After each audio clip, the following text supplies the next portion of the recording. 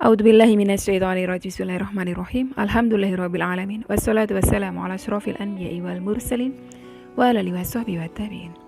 Rabbi shrah li sadri wa yassir li amri wahlul 'uqdatam min lisani yafqahu qawli. Allahumma sholli ala sayyidina Muhammad wa ala ali sayyidina Muhammad. Assalamualaikum warahmatullahi wabarakatuh. Sobat Winner semuanya yang dirahmati oleh Allah Subhanahu wa taala dimanapun berada.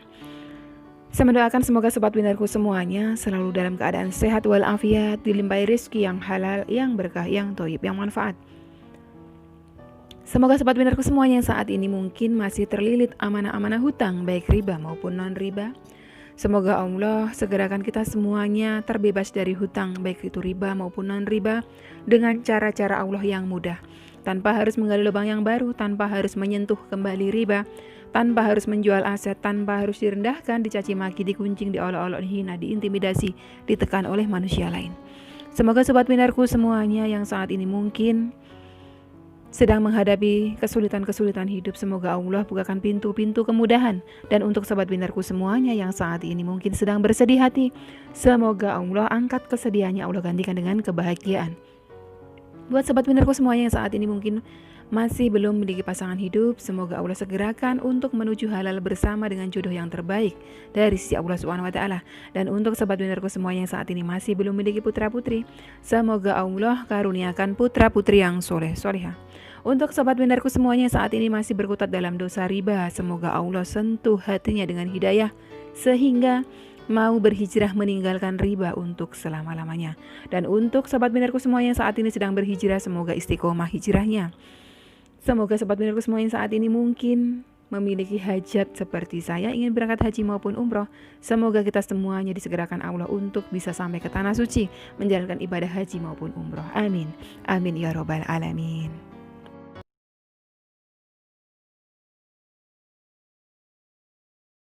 Ya Allah, tabarakallah, alhamdulillah, disyukur kehadirat Allah Subhanahu wa taala yang senantiasa mencurahkan kasih sayangnya untuk kita semuanya. Sehingga pada kesempatan pagi hari ini kita bisa berkumpul kembali dan saling menyapa di channel kesayangan kita bersama, Chef Gansu. Alhamdulillah sobat winnerku, hari ini saya diberikan nikmat sehat oleh Allah Subhanahu wa taala untuk menyampaikan sedikit ilmu kepada panjenengan semuanya, yang tentunya mungkin panjenengan semuanya sebagian besar sudah pada tahu ya. Sesuai dengan judul, pada kesempatan hari ini saya mau menyampaikan ilmu mengenai tahajud, rahasia di balik tahajud ya. Rahasia di balik waktu tahajud. Tentunya ada keutamaan-keutamaan di waktu ini ya. Saya sampaikan dulu firman-Nya Allah dan beberapa hadis dari Rasulullah mengenai tahajud. Allah SWT berfirman dan memuji serta menyanjung. Menyanjung siapa? Menyanjung orang-orang yang mau bangun untuk tahajud. Dalam surah As-Sajdah ayat ke-16 dan ke-17. Lambung mereka jauh dari tempat tidurnya, sedang mereka berdoa kepada Robnya dengan rasa takut dan harap. Dan mereka menafkahkan sebagian dari rizki yang kami berikan kepada mereka. Seorang pun tidak mengetahui apa yang disembunyikan untuk mereka, yaitu bermacam-macam nikmat yang menyedapkan pandangan mata sebagai balasan terhadap apa yang telah mereka kerjakan. Allah sangat memuji kepada hambanya yang mau bangun di tengah malam. Karena apa? Karena memang di waktu-waktu tengah malam itu adalah waktu yang paling enak untuk mengistirahatkan badan kita. Setelah kita capek, kita penat seharian dengan aktivitas kita, tentunya kita pergunakan malam hari untuk istirahat. Tetapi untuk sebagian orang ya, yang tahu sekali fadilahnya waktu tahajud ini, tentunya dia akan rela untuk bangun. Dia akan rela bangun untuk sekedar sholat, mungkin minimal 2 rakaat ya. Sholat tahajud itu minimal 2 rakaat. 2 rakaat sekali salam, dan maksimalnya tidak terbatas sesuai dengan kemampuan panjenengan. Bangun di keheningan malam, menghadap Robnya, bercengkrama dengan mesra bersama Robnya, yang seolah-olah dunia ini hanya milik berdua. Sebab sholat sunnah yang ditunaikan di keheningan malam itu mengantarkan orang-orang yang menunaikannya menjadi lebih dekat dengan Allah. Dan hati yang dekat dengan Tuhannya adalah hati yang paling damai. Buat panjenengan semuanya, kalau Mungkin yang sudah terbiasa ya, sudah tahu bagaimana nikmatnya bangun di keheningan malam, apalagi di sepertiga malam yang terakhir ya, waktu yang sangat utama itu, rasanya hati damai. Dan kita rasanya seperti ketagihan untuk selalu bangun di waktu tersebut. Karena kita merasa apa? Hati kita damai. Hati kita damai karena apa? Karena dekat dengan Rob kita. Dan orang yang rindu tahajud adalah orang yang mempunyai kadar keikhlasan lebih. Kenapa? Karena ia rela untuk menghentikan kelelapan tidurnya dan bersimpuh kepada Haliknya. Jadi dia rela, tidurnya enak, nyenyak. Wah, apalagi sepertiga malam terakhir itu nyenyak-nyenyaknya tidur. Udara dingin, nyenyak tidur, tarik selimut, nikmatnya luar biasa. Tetapi untuk orang-orang yang rindu tahajud, dia akan ikhlas. Dia akan ikhlas menghentikan kenikmatan tersebut untuk sekedar bersimpuh di hadapan Robnya. Ya, tadi Al-Quran memujinya dengan menyebut lambung mereka jauh dari tempat tidurnya. Karena kita tidak melulu tidur saja. Nah, salat tahajud yang sedemikian banyak fadilahnya ini tadi ya, memiliki 3 waktu. Waktunya yang pertama adalah sepertiga malam pertama kira-kira dari setelah Isya sampai waktu pukul 22 jam 10. Jadi begitu setelah Isya, panjenengan kok tertidur sebentar bangun tahajud? Bisa. Bagaimana kalau saya habis Isya langsung sholat tahajud? Nggak bisa. Sholat tahajud harus tidur dulu. Kalau jenengan nggak tidur dulu namanya qiyamul lail. Sepertiga malam yang kedua yang mana? Sepertiga malam yang kedua antara jam 10 malam 22 atau hingga sampai jam 1 malam. Nah, ini sepertiga malam yang terakhir yang paling utama adalah sekitar jam 1 malam hingga masuk waktu subuh. Jadi kalau panjenengan misalnya subuh di tempat jenengan jam 4 misal nih. Jenengan terbangun ternyata jam 4 kurang seperempat, masih bisakah? Masih bisa karena belum masuk waktu subuh ya. Dan adapun niatnya adalah usolli sunat tahajudi rakaataini lillahi ta'ala ya. Aku niat sholat sunah tahajud 2 rakaat karena Allah Ta'ala. Rasulullah SAW bersabda, Rob kita turun ke langit dunia pada setiap malam, yaitu ketika sepertiga malam terakhir. Allah berfirman, barang siapa yang berdoa kepadaku, niscaya aku akan kabulkan. Niscaya aku penuhi. Dan barang siapa yang memohon ampun kepadaku, niscaya aku ampuni. Hadis riwayat Bukhari nomor 1145 dan Muslim nomor 1808. Dari hadis ini ya, dari sabda Rasulullah ini, kita bisa tahu bahwa Allah turun ke langit dunia, ke langit bumi di sepertiga malam terakhir. Kita tidak perlu bayangkan wujudnya Allah turun ke langit dunia seperti apa. Kita cukup tahu bahwa Allah itu berada di atas. Ya, berada di atas, di arsy-Nya ya kan? Jadi kalau Rasulullah sudah bersabda seperti ini, tentunya kita tahu waktu-waktu mana yang mustajab untuk kita berdoa, yaitu di sepertiga malam yang terakhir. Berarti di waktu mana? Di antara jam 1 hingga masuk waktu subuh. Maka panjenengan jangan sampai tergoda dengan setan, ditiup-tiup matanya, ditepuk-tepuk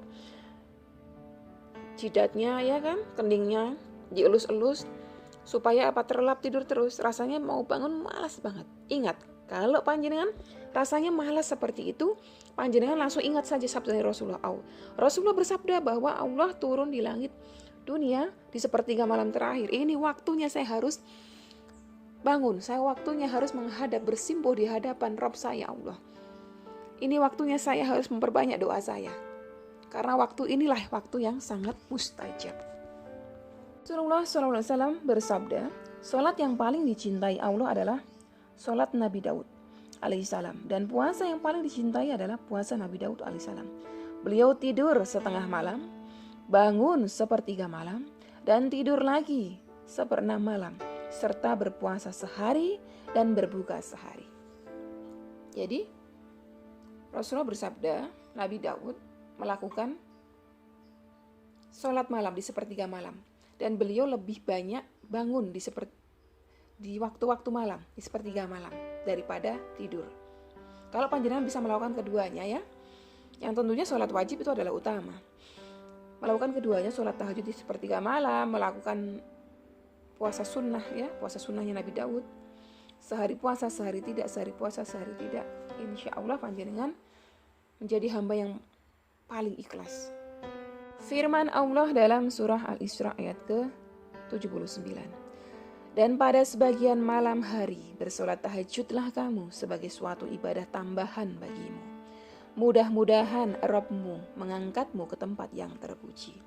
Jika mau diangkat derajatnya ya, jika mau ditinggikan oleh Allah di hadapan Allah, di hadapan manusia, perbanyaklah sholat tahajud.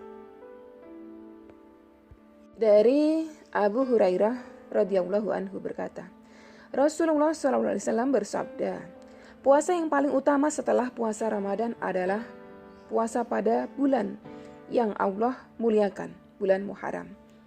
Dan sholat yang paling utama setelah sholat wajib adalah sholat malam, ya, atau sholat tahajud.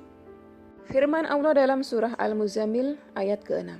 Sesungguhnya bangun di waktu malam adalah lebih tepat, ya, untuk khusyuk, dan bacaan di waktu itu lebih terkesan.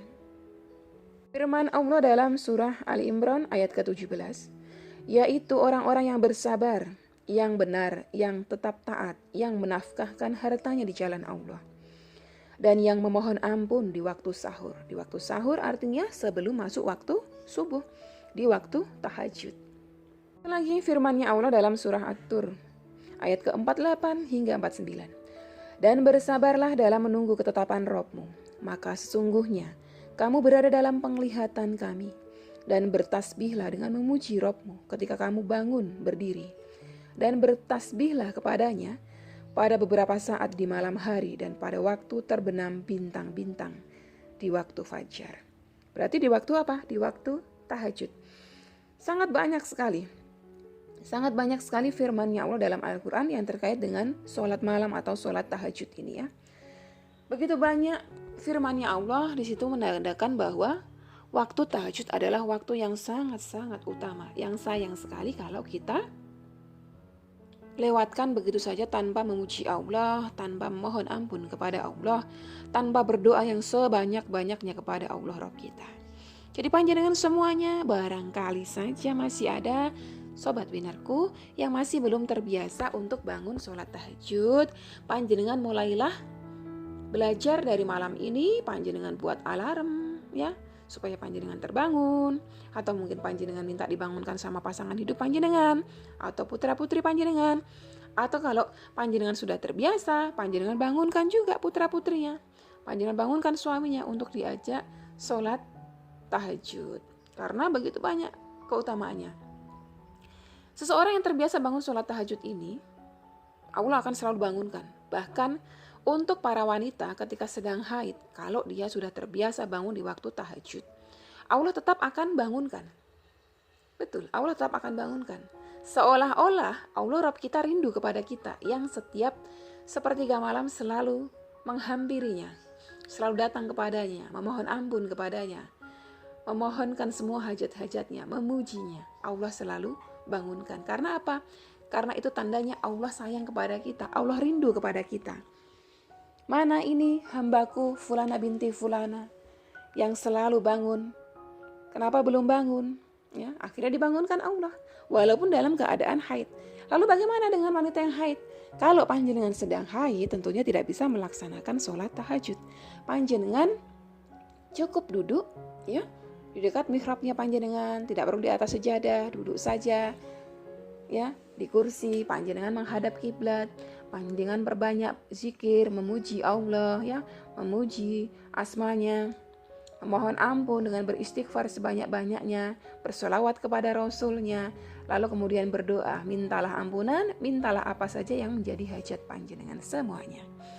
Jadi sobat windarku semuanya, begitu banyaknya tadi keutamaan tahajud, bagaimana Allah memuji kita semua yang mau bangun tahajud, karena saking mulianya kita di hadapan Allah kalau kita mau bangun sholat tahajud ya.